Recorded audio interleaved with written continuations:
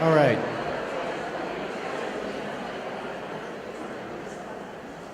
So, anybody want to share out one or two of their bullets? What makes a proficient teacher or exemplary teacher or progressive teacher? How would I know? How would you know?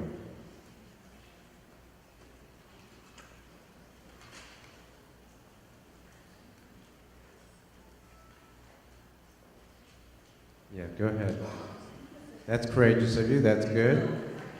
Thank you. Some of the behaviors that we would see is that you would engage your students in rigorous tasks, allow the students to become self-managers of their own learning, constantly finding the best and practicing the best research-based strategies with your students. Okay, hold on. Let me repeat that. So it is make sure you would see engagement of kids. You would see kids taking responsibility for their own learning, and you would see the teacher using research-based practices. Keep going.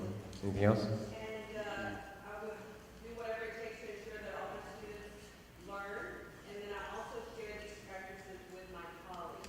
So she would also, you would know that she's a proficient teacher because you would see her sharing practices with her colleagues, and you would also see her doing many different things to try to help students learn, whatever she needed to do. Okay? Good. Anybody else? That's a good list. How else would we know that you're proficient or exemplary? Yeah, go ahead. Thank you. And we'll go over here. First back there. Yeah, very good. So one of the ways you'd know I'm a proficient teacher or exemplary teacher is because I have strong academic outcomes. Excellent. I saw two hands back here. Yes, sir.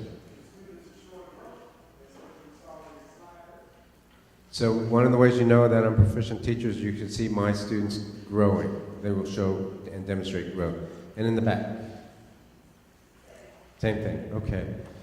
Well, that's a question then, right? We've been asking, how are we going to identify an effective teacher in the end of the day? Because we certainly know that not all teachers are equally proficient. And yet, as a profession, we've been unable to really get at that. So let's talk about what makes an effective teacher.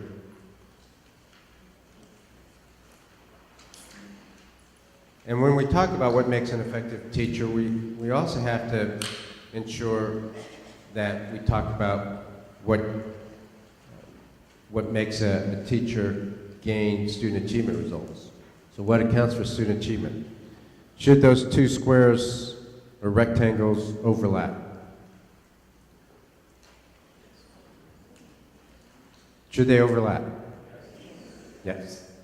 Yes, they should. Now, they're not done in isolation. There's all kinds of other factors. What is the community value? What if your community didn't place as much value on student achievement results? Maybe they would value, I don't know, arts, music.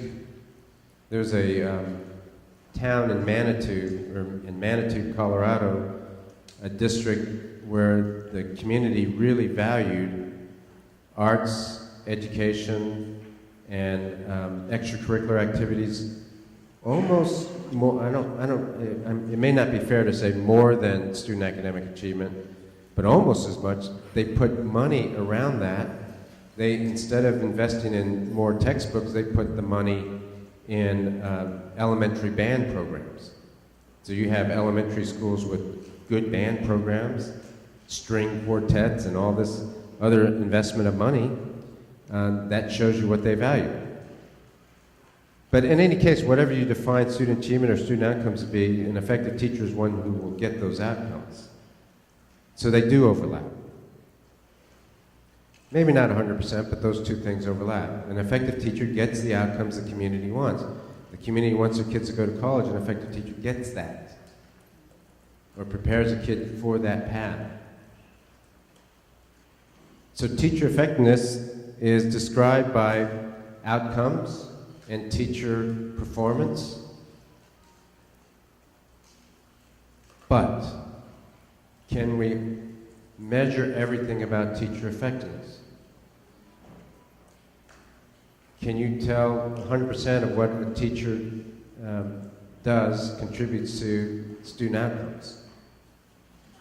No, I don't think we can. I don't think we can measure 100% of teacher effectiveness. I think there's a part of teacher effectiveness that we probably will never be able to measure.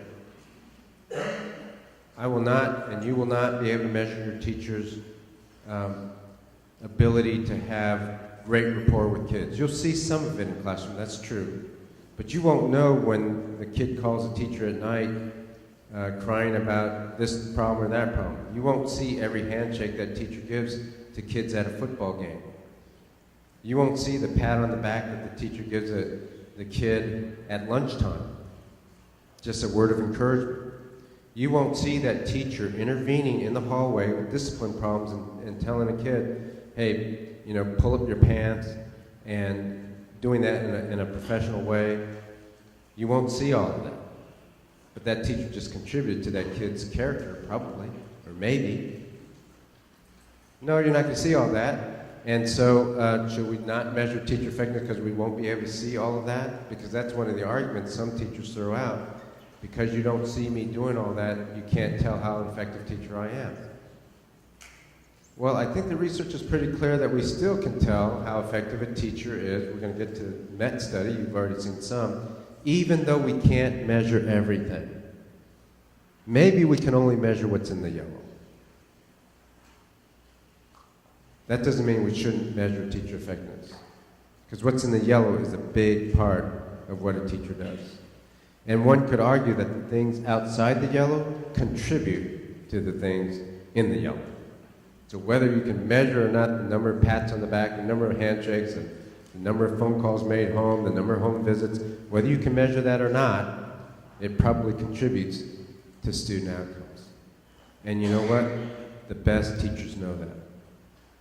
The best teachers don't stand at the door greeting kids because somebody's going to measure that. The best teachers, the effective teachers, stand at the door because they know they care about kids, first of all, and they know that building that rapport and having that relationship with the kid really helps the academic achievement of that kid. So we don't have to measure whether you stood at the door all the time. I know that's a rule in some schools, and it's a good rule to force some teachers to do it. But if you had a school full of distinguished teachers, you wouldn't have to make any rules like that. They would just do it. They would greet their kid at the door. They would talk about the football game at night. They would talk about Sally's problem. They would tell Sally, put the problems at a box on the door and we're going to talk at lunch or something like that. You wouldn't have to do that. So here's some questions about past measurements of teacher effectiveness. Do years of experience make a teacher more effective? 30 seconds, talk to your colleague. Not just a yes or no. Be a little bit more detailed than that.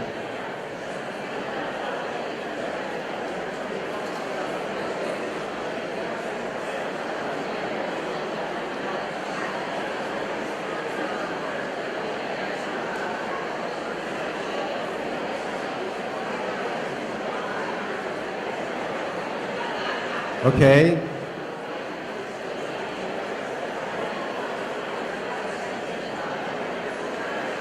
Now, here's what the research says. Overall, the answer is no, but to qualify it, in the first 2 years, there is a difference, and maybe even the third year, there is a difference in experience and effectiveness. Not across the board, not across the board, and if you have good preparation programs and a good recruitment program, you could probably cut that down. But yes, the first couple of years of a teacher's experience, a more veteran or more experienced teacher usually has better results than a first or second year teacher. But that's only usually. It depends on the recruitment program, it depends on the preparation of that teacher. Nonetheless, as a profession, after the third or fourth year, it just plateaus. That's the research. It's not trying to, diss anybody with experience. That's just the research that's out there. Do more college credits equate to higher levels of performance and achievement results? Also no. There's only one area where that, well, there's a couple areas where that has a small correlative effect, and that is in the sciences. And it's not so much the degrees, it's the amount of content knowledge you have in math and science that'll make a difference. You'll see in a minute. This has been a big debate, but this debate is almost largely answered. This debate is almost largely answered. The Met study is only the most recent argument to say, yes, we can measure teacher effectiveness. I'll show you that quotation later. And does a teacher's effectiveness depends upon the background or home life of the students enrolled in her class? The answer there is no also. Now, you're going to say, well, it depends on what you're measuring. Yes. If you're measuring growth, yes. If you're measuring just status, probably not. This report had a huge effect on the profession, on what really matters in our profession, the widget effect. And this is effect where schools say, you know, we can't really tell the difference between this teacher and that teacher, so we treat them all the same. It doesn't matter whether they teach the harder classes, the easier classes, they're all the same anyway. They're just a widget, so just stick them in anywhere.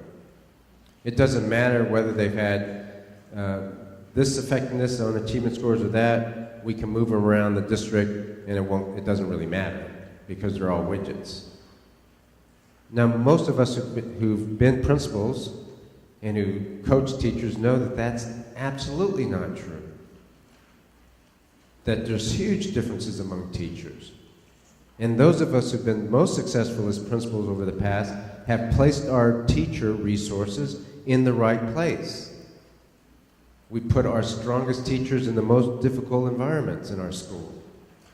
We know they can handle it. We know that kids will grow. We try to mitigate the weak teachers, and we try to horse trade them.